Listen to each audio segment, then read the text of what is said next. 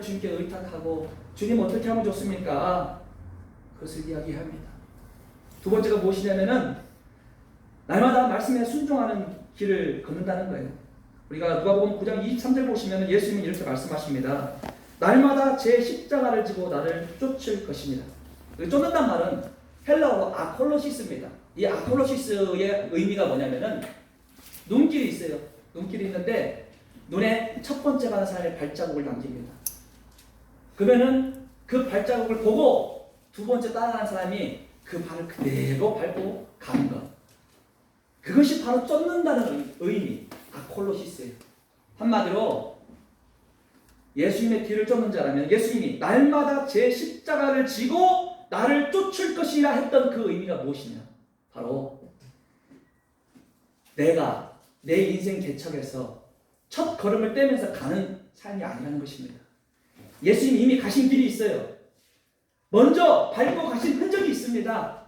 그걸 쫓아갈 뿐이에요, 우리가. 성도님들, 이거 부담이 없는 거예요, 사실. 잘 생각하면 부담이 없습니다. 아무도 가보지 않는 그 길을, 막막한 그 길을 내가 떼는 것이 아니에요. 예수님이 먼저 가신 길이 있어요. 그걸 따라가는 겁니다. 날마다 자기 십자가를 지고 나를 쫓을 것입니다. 야, 네가 네 인생을 잘 개척해봐라. 못 개척하면 혼나. 그게 아니에요. 내가 간 길이 있는데 잘 쫓아와. 그거예요. 그게 바로 순종의 걸음입니다. 순종. 순종이라는 건 다른 게 아니에요. 내가 새로운 걸 해내는 것이 아닙니다. 예수님 하신 그것을 그대로 따라서 행하는 것. 그게 바로 순종입니다. 우리 예수님께서 그것을 우리에게 교훈하고 있는 거예요. 그래서 자기 부인의 삶을 산다고 했을 때는 반드시 이 순종의 흔적이 남아 있습니다. 말씀대로 살고 예수님이 우리에게 하라고 명하신 대로 사는 거예요. 그 순종의 걸음이 우리에게 있어야 한다는 것입니다. 바울은 그 삶을 살았어요.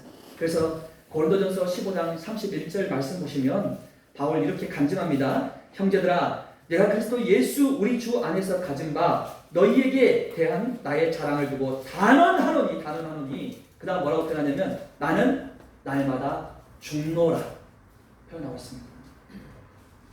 날마다 자기 자신을 부인했다는 거예요. 날마다.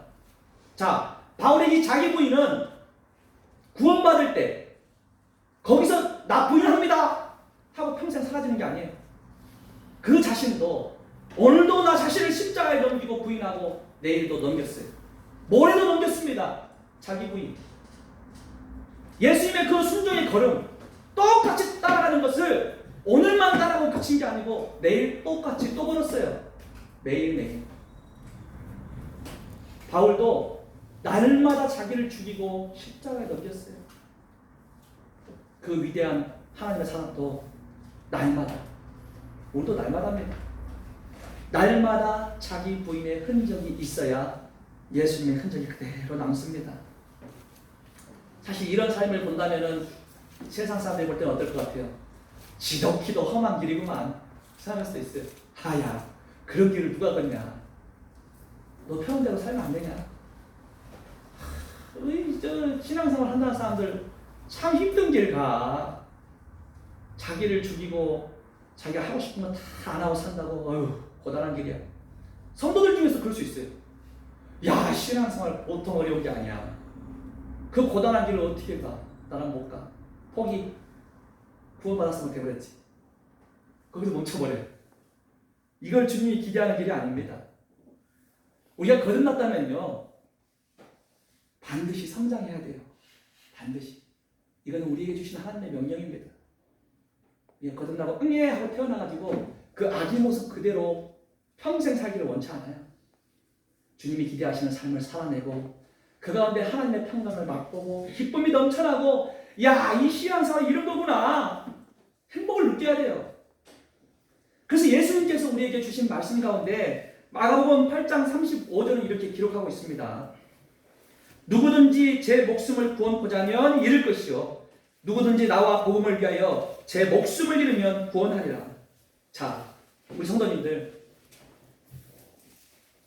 만일에 우리가 한 생애를 다 살았는데 우리의 마지막 순간이 모든 것을 잃어버리는 인생이라면 얼마나 허망하겠습니까? 우리가 평생 평생 주어진 생애를 다 살았는데 고생 살았어요. 하나도 남는 것이 없이 다 이루어져 버려요. 끝나버렸어.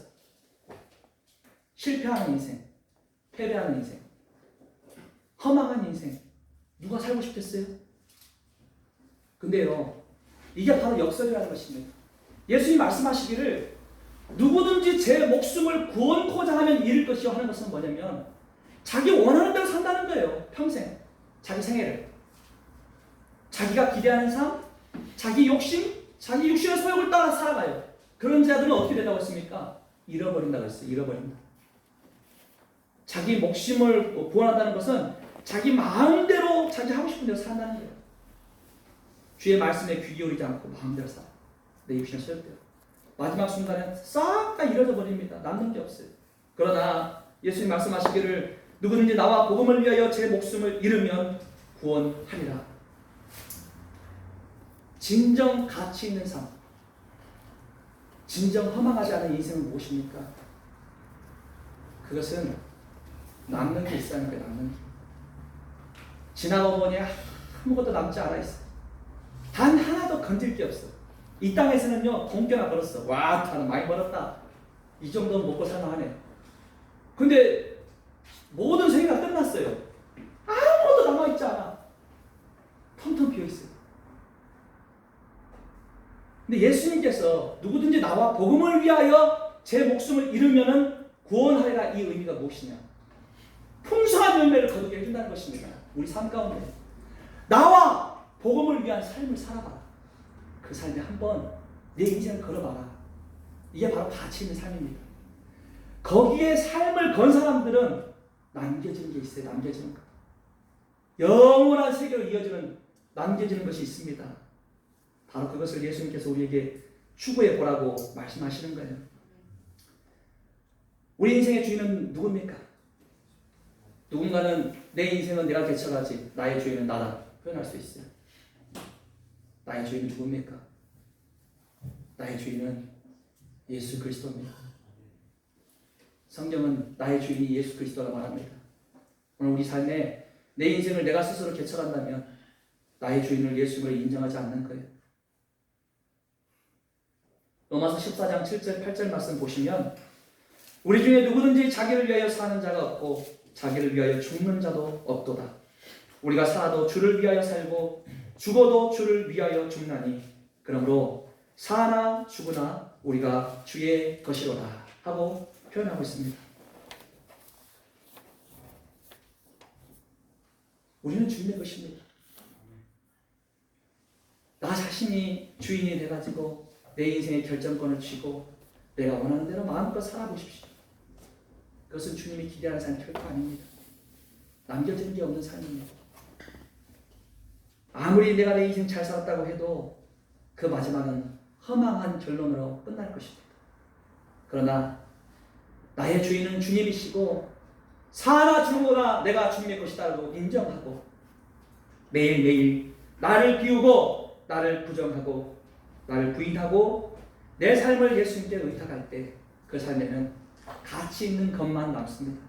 우리 성도님들, 이 삶이 쉬운 길은 아니라고 했습니다. 날마다 기도하고 주의 말씀에 순종하는 삶을 살 때에 이 걸음의 흔적이 남는 거예요. 근데 이 삶을 우리 모두가 추구했으면 좋겠습니다. 결코 쉬운 길은 아니기 때문에 예수님은 이 길을 떼는 사람들을 가르쳐서 특별한 칭호를 붙였어요. 제자라고 부르겠습니다. 제자. 성도들 가운데는 제자가 있고 무리가 있습니다. 무리는 절대 다수에 순종하지 않는 많은 거듭난 사람입니다. 그러나 제자는 순종의 걸음을 뗍니다. 소수입니다. 예수님이 부른 제자는 몇 명 안 됐어요. 그러나 우리 모두가 그 제자의 삶을 살기를 초청합니다. 예수님 초청해요. 우리 제자가 되라고. 우리 광주 다사랑교회에 소속된 성도님들은 한 분 한 분이 다 제자된 삶을 살았으면 좋겠습니다. 제 자신도 꿈꾸는 삶이 우리 모두가 그 걸음을 떼야 합니다. 그래야지만이 주님의 나라에서 진정 가치 있는 것이 남아요. 우리 모두가 남기게 돼요. 하늘의 계좌에 쌓는 거예요. 우리가 이것을 추구해야 돼요. 이 땅만 바라보고 평생 땅의 것을 추구하고 가버리면 남는 것이 하나도 없다는 것입니다. 뭔가를 남겨놔야 할 거 아니에요. 이게 바로 예수님의 뒤를 쫓아간 흔적이 있는 사람들이 남는다는 것입니다. 그 삶을 오늘 바울이 큰 글자, 대문자로 우리에게 초청하고 있는 거예요. 대문자로. 여러분, 이 길을 추구하십시오. 우리에게 말하고 있어요. 두 번째로 우리가 확인해 볼 부분이 있습니다. 그게 뭐냐면은 우리가 예수님의 흔적을 가진 자로 살아가려면 새롭게 창조됐다는 그 흔적을 만들어내야 합니다. 우리가 본문 15절 보시면은 이렇게 기록하고 있어요. 할례나 무할례가 아무것도 아니로되 오직 새로 지으심을 받은 자뿐이니라. 이렇게 기록하고 있습니다. 이것을 세번역 성경으로 보시면요, 조금 더 쉽게 의역된 성경입니다. 그 성경 보시면 이렇게 기록하고 있습니다. 15절을 할례도 아무것도 아니다, 무할례도 아무것도 아니다, 오직 새롭게 창조되는 것이 중요하다 하고 기록하고 있어요. 이 할례나 무할례는요, 일종의 제도입니다. 규례예요. 할례라는 제도예요. 율법의 틀 안에 있는 것입니다. 종교적 의식이에요. 의식.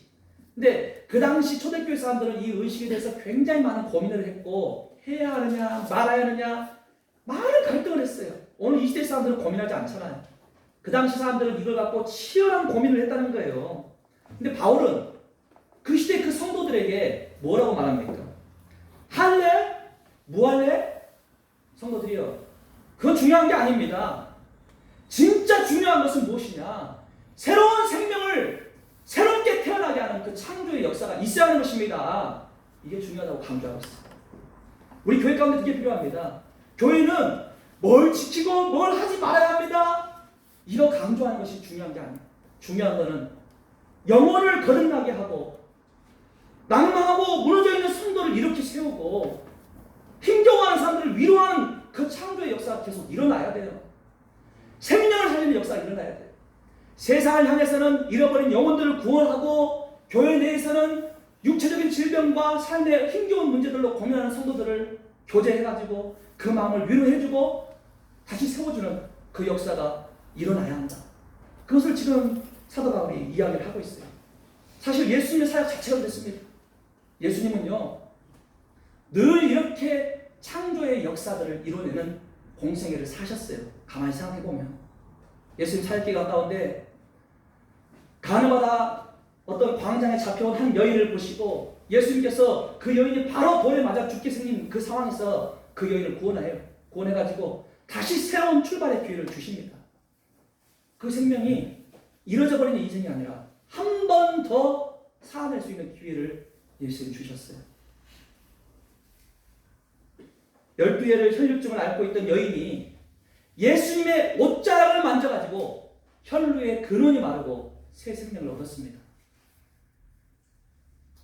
우리 성도님들 사마리아의 수가성 이야기를 아실 거예요. 그 수가성에서 물깃는 그 여인, 사실 그 수가성 그 동네 전체가요, 어떤 면에서 하나님을 떠난 민족들입니다. 하나님을 떠난 그 세계 안에 거듭나는 역사를 예수님께서 일으키고 가셨어요. 그리고 예수님께서는 죽은 지 나흘 된 나사로의 무덤을 찾아가가지고 그 나사로를 살아나게 해서 무덤에서 걸어 나오도록 하셨습니다. 새 생명의 역사를 계속 일으켜냈어요. 예수님의 사역입니다. 우리도 동일해요. 이 교회가 추구해야 할 것이 무엇이냐? 우리 교회에 대해서 이건 옳네, 이걸 그러네, 계속 이걸 가지고 막 치열하게 고민하고, 야, 이거 아니야, 저거 아니야, 고민할 틈이 없어요. 이뤄진 영혼들을 구원하고, 이 교회 내에서 약한 자들을 세우고, 아직도 믿음 안에 들어섰지만 성장하지 못하는 형제 자매들을 어서 믿음 안에서 성장시키고, 이런 역사들을 우리가 함께 이뤄내는 것, 이게 가장 중요하고 가치 있는 일이다. 이것을 이야기하고 있습니다. 그래서 예수님의 흔적을 남긴 자의 특징이 바로 그것입니다. 예수님의 흔적을 가진 자들은 복음을 전하고 성도를 세워줍니다. 그 사역을 우리가 추구할 때 우리 교회 가운데서 진짜 성도들이 걸음걸음마다 예수의 흔적을 남길 수가 있다는 것입니다. 세 번째가 뭐냐면은, 우리가 예수님의 흔적을 가진 자로 살아가려면은 우리는 언제나 사랑과 축복의 흔적을 남겨야 한다는 것입니다. 사실 지금 이 갈라디아 교회가 서신을 받고는 있지만 이 교회는 굉장히 문제가 많았어요. 우리가 이 서두를 읽어보면 우리 성도들 기억하실 겁니다. 이 성도들은 자기 눈이라도 빼어질 것처럼 바울을 사랑했다고 표현하고 있어요. 바울이. 그러나 나중에는 이 교회의 성도들이요, 바울을 배반했어요. 떠났어요, 사실은. 그 성도들을 향해서 지금 이 서신을 보내고 있습니다, 바울이. 인간적인 마음은 어떻겠어요? 한마디 해주고 싶죠. 너희들이 어떻게 나를 그렇게 배신할 수 있냐? 한마디 해주고 싶을 거예요. 근데 바울이 자신들을 떠나려고 하고 변해버렸던 그 성도들을 향해서 어떻게 서신을 기록하느냐? 이 마침 부분에 가가지고 바울 어떻게 기록하냐면 16절 봐보세요. 16절. 무릇 이 규례를 행하는 자에게와 하나님의 이스라엘에게 평강과 긍휼이 있을지어다.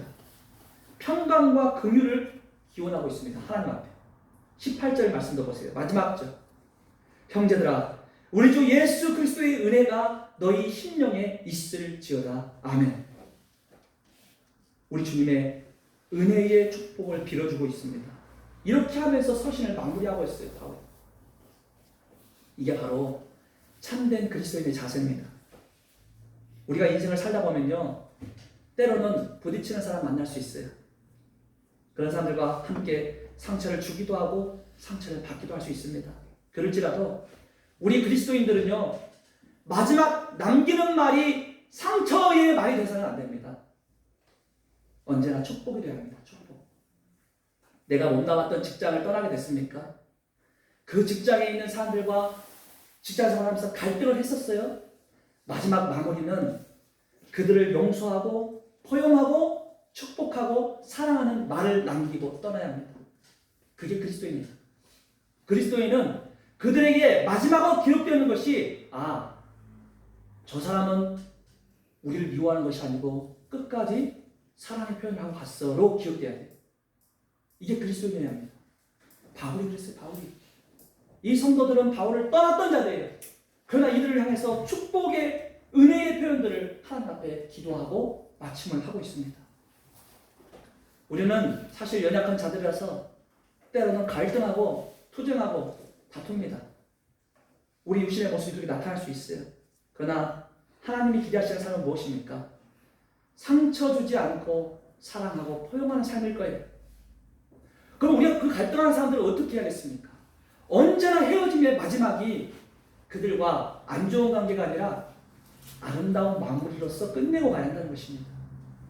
그것이 그리스도인에게 나타나야 합니다.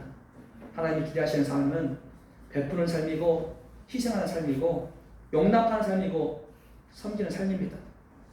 이게 진정으로 나타났을 때 우리 가운데 진짜 예수님의 흔적들이 다 기록되게 되어 있습니다. 한 가지 예화를 좀 들려드리고 싶어요. 톨스토이가 쓴 민화 중에 황제와 청소부라는 어떤 민화가 있습니다.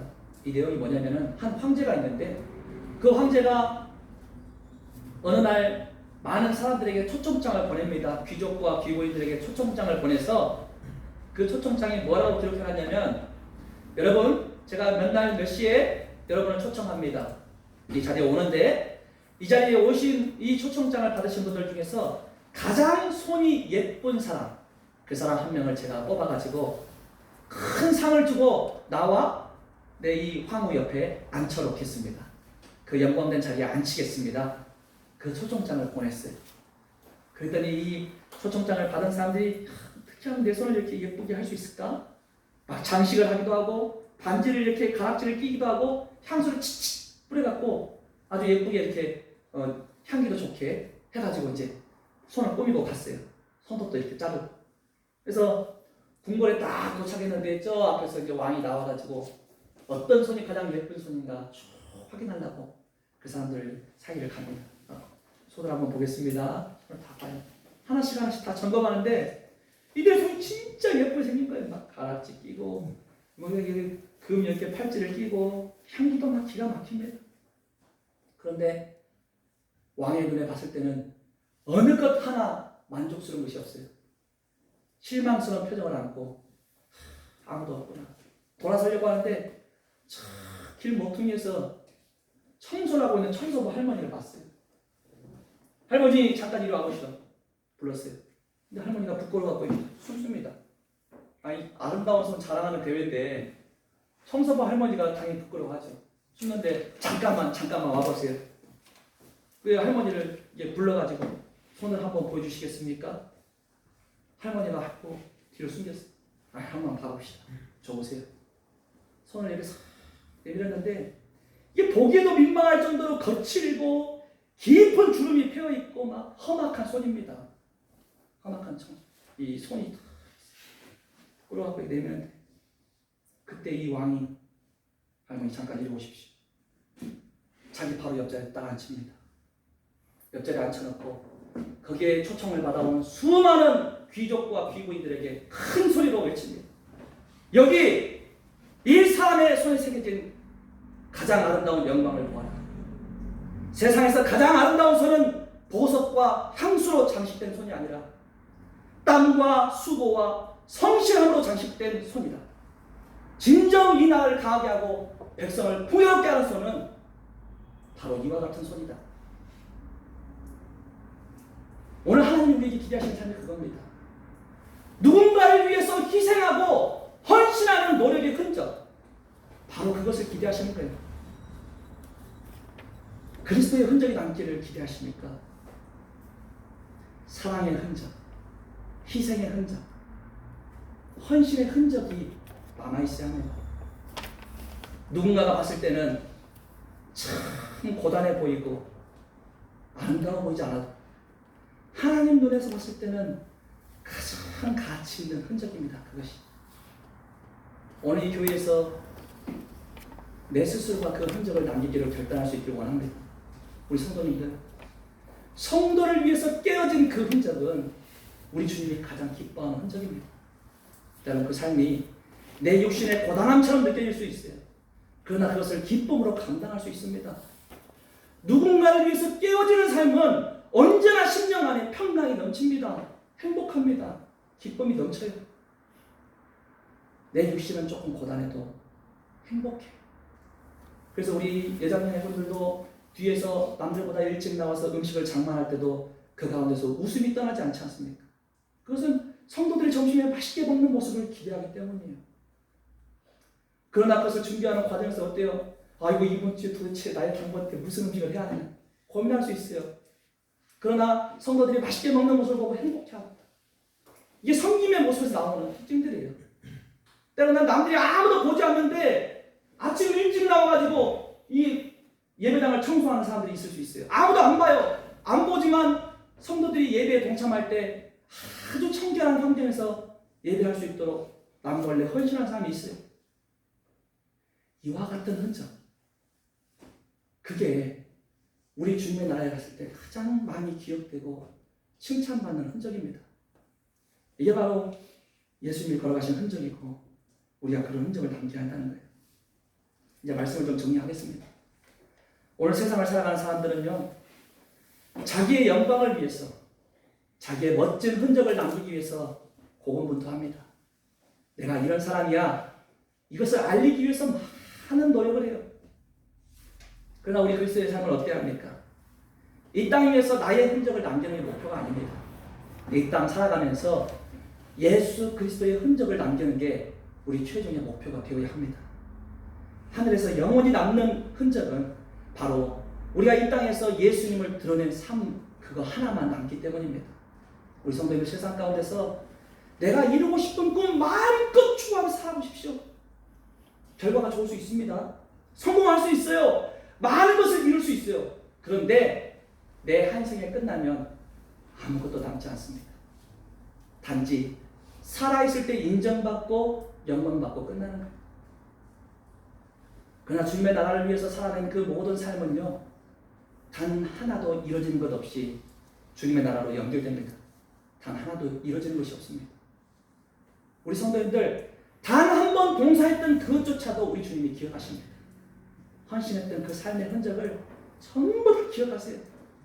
나를 비우고 나를 안 드러내고 항상 예수님만 높여줬던 그 삶의 흔적 그대로 남아서 주님의 나라에서 남겨지고 칭찬받고 영광받습니다. 우리 그 자리에 가면 어떻게 하겠어요? 나를 또 거기서 자랑해야겠어요? 아니죠. 주님! 오히려 제가 주님을 위해서 사는 삶 가운데 기쁨이 넘쳤습니다. 주님이 이 상을 당연히 받으셔야 하지 않겠어요? 나의 상을 주님께 올려드리죠. 얼마나 기가 막힙니까? 우리가 추구해야 할 삶이에요, 그것이. 근데 갔는데 아무것도 없어요. 이상하다, 나도 뭐 살아낸 것 같은데 왜 없지? 없는 거 하나밖에 없어. 그거 하면서 나를 드러낸 거예요, 나를. 열심히 교회 봉사하면서 내가 좀 했으니까 인정받아야지. 하나도 안 남아요. 하면서 예수님을 드러낸 사람들, 그분들만 남기게 됩니다. 저나 우리 성도들이나 그런 삶을 좀 추구했으면 좋겠습니다. 예수님 가셨던 그 흔적 그대로 따라가고 예수님의 흔적을 남겨가지고 우리의 삶 가운데 살아낸 모든 삶들이 진정 가치 있고 허망하지 않았다는 것, 마지막 날 확인하게 되기를 바랍니다. 우리가 올 한 해 이제 얼마 남지 않았죠? 11월 시작했으니까 2달 남았는데 우리 성도들 2020년을 어떻게 살아오셨습니까? 정말 코로나라는 이 바이러스 통과하면서 정신없이 지나왔는데 우리 삶 가운데 예수 그리스도의 흔적이 얼마나 남겨져 있습니까? 아마도 우리의 삶을 돌아보면 제 자신도 그렇고 우리 성도님도 그렇고 내가 많이 부족하고 모자랐구나 그런 생각들을 다 하시게 될 겁니다. 그런데 우리가 이제 그런 것들을 통해서 계속해서 이렇게 낭망하는 것이 아니고 나의 남은 삶을 어떻게 그리스도의 흔적을 채우는 것으로 살아낼 수 있을까 그걸 고민하시고 정말 주님의 그 뒤를 그대로 쫓아가가지고 정말 주님 앞에 섰을 때에 자랑스럽게 우리가 살아냈던 삶을 간증하는 자들이 됐으면 좋겠어요. 우리 성도님들 오늘 이 주의 만찬 앞두고 있는데 주의 만찬 앞에서 우리 또 이런 생각을 좀 해봐야 합니다. 우리 교회 안에서 사랑하지 못했고 용서하지 못했고 또 세상 가운데서 그리스도인답지 못했던 부분들 그런 것들을 오늘 이 시간 이 만찬 예식 동참하면서 주님 앞에 기도하고 나의 연약함들을 자백했으면 좋겠어요. 그리고 정말 깨끗해진 심령으로 이 11월간 한 달 살면서 정말 예수님 드러내고 내 안에서 정말 말씀에 따라서 살아가는 그 삶들이 계속해서 실천되어져 가지고 이 한 달 동안만큼은 정말 하나님 안에서 값진 한 달을 보냈으면 좋겠습니다. 오늘 이 예식 가운데서 예수님 나를 위해서 희생하셨던 그 장면들을 다시 기억하고 예수 그리스도의 보혈과 찢기셨던 그 몸들 그것을 다시 한번 마음속에서 묵상하면서 주님께 감사하는 그런 시간으로서 이 주의 만찬 예식 동참했으면 좋겠습니다. 그럼 제가 기도하고 예식으로 바로 진행하겠습니다.